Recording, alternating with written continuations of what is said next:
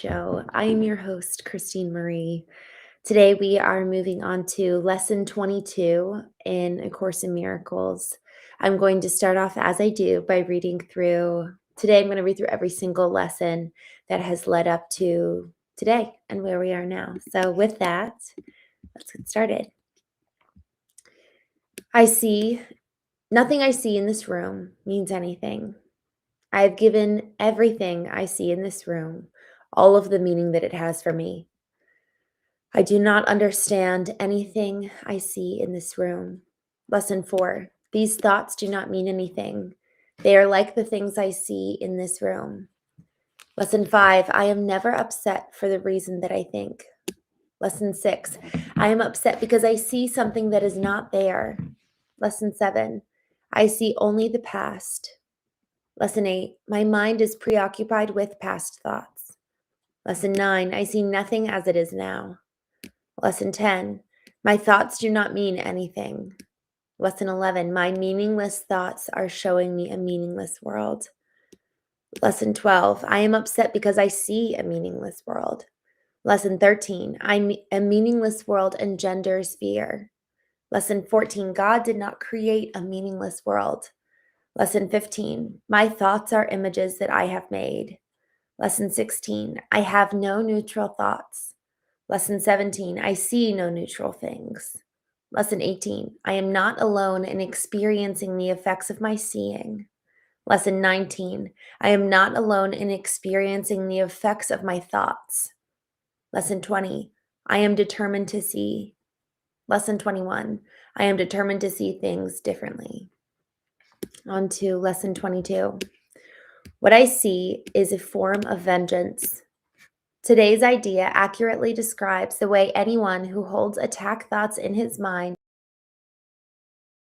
projected his anger onto the world. He sees vengeance about to strike at him.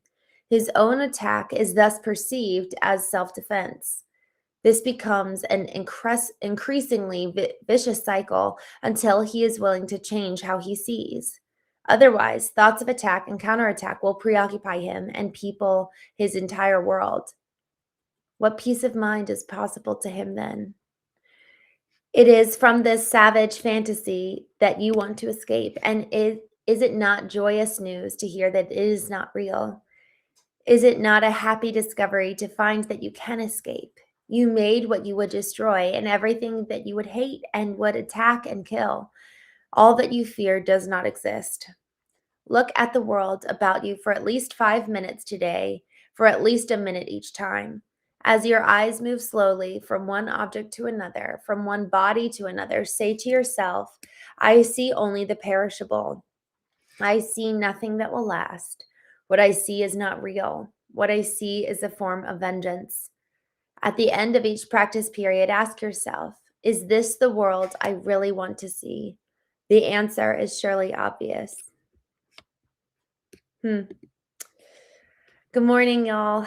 Thank you so much for joining today. I am just jumping over to the chat. I'm reading through A Course in Miracles, Nincompoop. I get it now. Good to see you. I just had to read your title a couple times.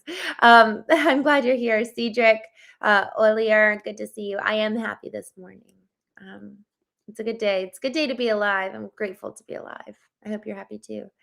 Kyle, good morning. Abby, Keith, happy Thursday. Someone that speaks the truth. Thank you for joining us. Capital and Cave, we can discipline our senses, but it doesn't explain the truth. That is so interesting. I'm going to sit with that for a second and I'm going to come back to it because that's very profound. Today's lesson 22 in A Course in Miracles, what I see is a form of vengeance. You know, y'all, as I was reading, for those of you who are just joining, I actually read through the 21 lessons preceding this, building up to it. And it is so much a retraining, a reprogramming. You know, we have ourselves so convinced that everything we perceive is knowledge, that it is true, that we're 100% right, that we see clearly. And, over the 21 days leading up till today, as I'm reading through this, even lesson 5, I am never upset for the reason I think. Lesson 7, I see only the past. Uh, I am upset because I see a meaningless world.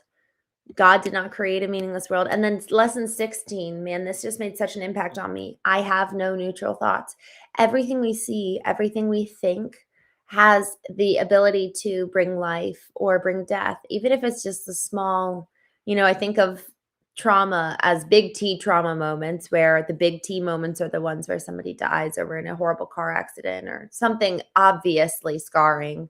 Whereas the little T moments are so often left unobserved. It's the slow yet repetitious cutting remarks. It's the eye rolls. It's the kicks under the table telling you to shut up. It's all of those little moments that slowly eat away at us and really train us in terms of how to see the world. And those little D moments, little death moments of, man, every single thought that we think that chips away at us or somebody else is causing a micro death and fracture between us and our unity with ourselves and with each other. And so the real goal here in terms of what we've been looking at over the last couple of days has been to acknowledge, one, that I don't see everything perfectly. Two, it's that more than often I'm actually probably not seeing it right. Even yesterday's lesson, I am determined to see differently. I did the 5 practice periods yesterday and more. Like, I found that if I was frustrated at someone, I actually said that, I'm determined to see differently. And it was almost like immediately I got out of my shoes and sat in someone else's shoes and looked at the dynamic. And I'm like, oh man, there's 100 million reasons why they could have said it the way that they did. Even if they said it with an intent to hurt me, man, they've been through a lot. All of a sudden, there was just so much empathy. There was so much care and compassion when I started saying that phrase yesterday. And so now today's what I see as a form of vengeance on top of that. I just want to reread the intro here. Today's idea accurately describes the way anyone who holds attack thoughts in his mind must see the world. Having projected his anger onto the world, he sees vengeance about to strike at him. His own attack is thus perceived as self-defense. This becomes an increasingly vicious cycle until he is willing to change how he sees. Otherwise, thoughts of attack and counterattack will preoccupy him and people, his entire world. What peace of mind is possible? So it's just fascinating how when we start thinking attack thoughts like anger towards other people, we then start seeing and receiving anger in return. What we really do put out is so often what we receive, because we're programming our mind to be one of anger or vengeance, and then that's what we're perceiving in return. And so if we want to change the world about us, the external world, I just am curious. I'm learning with you guys, and as I'm listening to and reading to today's lesson, I'm just getting this thought around, I wonder how much, if we want to change our external world, we change ourselves. It's funny, this morning during vertical alignment, it was actually very much so like that. I'm going back to the notes I took during vertical alignment, because I just felt very strongly along this line. Like, if I want to focus on behaving a certain way, I actually need to change my beliefs. If I want to have a different outcome in my physical external world, then I need to have a different outcome internally.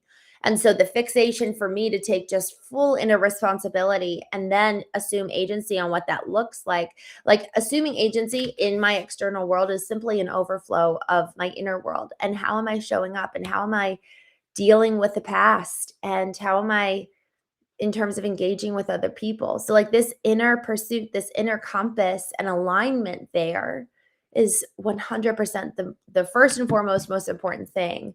And then the external comes on the heels of that. It's kind of like an overflow. Like if we were to pour water into a glass, the overflow from there, that's us filling up our own tank and filling up and getting ourselves into alignment every single day. And then the overflow is what happens in the external. the result of our beliefs. Our behaviors are the results of our beliefs in so many ways.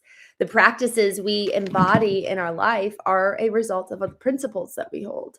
So if we're not liking things in our external world, I think it gives us such an incredible opportunity to analyze what's going on inside of me. And that's assuming radical responsibility. Even when she says, it is from this savage fantasy that you want to escape. Is it not joyous news to hear that it is not real? Is it not a happy discovery to find that you can escape? You made what you would destroy. Everything you hate and would attack and kill. All that you fear does not exist. So much of what she's talking about here is really, it's almost a reclamation of our own power to take back and recognize that so much of what we hate that's going on around us, we get the power to change. I was in a relationship with someone about probably a year ago, and I just kept seeing all the ways that we needed to grow, which isn't a bad thing, but they were starting to feel a little bit, they were just starting to feel like, oh my gosh, because that's hard if you're only ever being like, oh, and I was actually excited about it. I was like, and we get to grow in this way and change in this way. And they were like, oh my gosh. And I just had this moment one morning during vertical alignment where this phrase came to me: gratitude is the antidote. And so I just started, I was like, okay, I think that my desire for growth is starting to be overwhelming to this friend. So I was like, let me just focus on being grateful. It was wild, the change that they and I both experienced, because all of a sudden the lens, it was my choice. I changed the lens from one of growth to gratitude. And immediately our entire relationship just flourished. It was fun. It was lighthearted. And we find this, I'm sure, with our children. Y'all, I need this lesson for when I'm a mom, because I love alchemizing. I love taking something and making it better and making it more magical and more beautiful. But with human people, that's hard for them to not feel like they're not enough and sufficient right now. Even for myself, it's actually really important that I alchemize on the heels of gratitude, like gratitude first and then growth. And so gratitude being the antidote really is true, because it comes in and changes our lenses. It adjusts our dials, and we start seeing how wonderful people are, how wonderful the world is, how good God is. And yes, there's things we don't yet like. Yes, there's actually a lot of pain. And we need to feel that when it's there. But what am I intentionally pursuing? What am I intentionally fixating on? That so often is what's going to come back to me. So I just want to take a moment and say hello to some folks here in the chat. Norm3344, good to see you. Minus bigger, Minnie is bigger. Today is January 22nd. It is 8:47 a.m. Eastern. I am Groot. I love that. I love, what a good name. I love that's what is it called? What's the Disney movie with the minions? I forget. CJ, good to see you.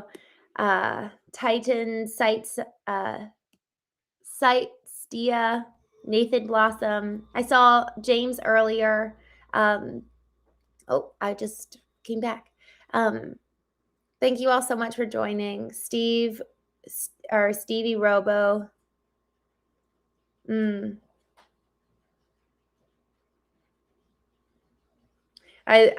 know what? I like this.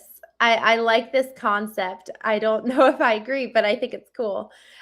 Stevie Robo says, we all live in a simulation, so treat your life as a test and you will be reset soon enough. And, I think that there's something about that concept of like, we don't know. I don't think life is a simulation, but it could be. And frankly, if it is a simulation, I want to live to the best of my ability. I want to live not just to the best of my ability, but experiencing life as richly and fully as possible. We talked about that last night on the show, how to experience life and live it so fully so that we don't waste a moment. And that takes intentionality. I was looking at like the root word of intention a couple weeks ago, and it's effectively encompassing all of us, our mind, body, soul, spirit. Every facet of us is almost engaged and harnessed in the pursuit of something. And so, man, if my intention is to live fully, then every part of me needs to be online, activated. And Stevie Robo, you said awake. Like, are we living awake? Are we living from this place of being so aware and awake that we're actually, like, I'm sitting here looking outside my window and there's just trees. And I'm like, when's the last time we actually noticed the trees and looking at the sunlight coming through the trees in just a really, really beautiful way, and how it lights up certain pockets because there's no clouds there? And when is the last time that we sat and noticed the little things? Because those little things are the ordinary that make up life and make it really, really beautiful. Elijah, good to see you. Cuity, Joseph. I'm not from Jersey. I am from Washington, D.C. Jesse. Oh my. Norm. All right. I am going to wrap up here because it doesn't seem like there's a ton happening in the chat. So I'm going to go ahead and jump off. Y'all, thank you so much for joining today's lesson. Benny, it's not pre-recorded. This is live right now. Cody, good to see you guys. Just a quick reminder of today's lesson. What I see is a form of vengeance. This is just, it's really important that we recognize how are we engaging with the world? What does it look like to change our perception and to don a different pair of lenses? If we want to experience more joy, for me, gratitude has been the antidote. So with that, thank you all so much for joining. Andrew, good to see you. Thank you for your note.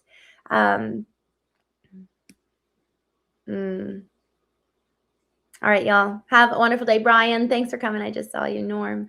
Have a wonderful day, guys. I will see you tonight at I just remembered I'm actually going to dinner with my sisters. I probably will be on a little bit later tonight. It might be more like 9 or 9:30 p.m. Eastern for the Knowing Show. Or actually, it might be, if I was to do it early, what works for you guys best? I know that we usually have a different group in the morning and a different group at night, but what do you guys prefer? Because I've got a networking event at 5:30 tonight, so I could actually go live around like 4:30. So would you guys prefer 4:30 p.m. Eastern or 9:30 p.m. Eastern? So if you guys don't mind just letting me know. Ravi, I'm live on a couple different streams. So I've got 2 different YouTube set up. One is like the Knowing Podcast channel, and then one is my personal channel. So I'm live on both. So we've got different people commenting in different places. But it's funny, I actually don't know who's showing up in which place. So I can't say like who's on which channel. I only see the YouTube icon. Andrew, you said, what time is it in Washington now? Washington State. I believe you're Pacific. So that would be, is it 5:52 a.m.? Because in Washington, D.C., it's 8:52 a.m. Troy, you said 6 p.m. I can't do 6. I have a networking event at 5:30. So I could do 4:30 or 9:30. Okay. Neo Flyer says 9:30 p.m. Eastern. Okay. Perfect. So then I'll do 9:30 p.m. Eastern. I'll be like around there. I might do it from the car tonight, so it might be very dark. We'll see. But anyways, I'll say 9:30 or 10 just to be safe. But anyways, really good to see you guys. Thank you for joining. Remember, I'm going to be, this is the lesson. What I see is a form of judgment, vengeance. This is the actual exercise. I'm going to put this here in the chat.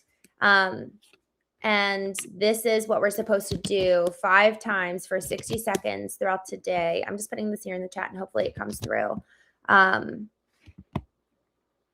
don't know why it has numbers there, but that's how it was when I copied it.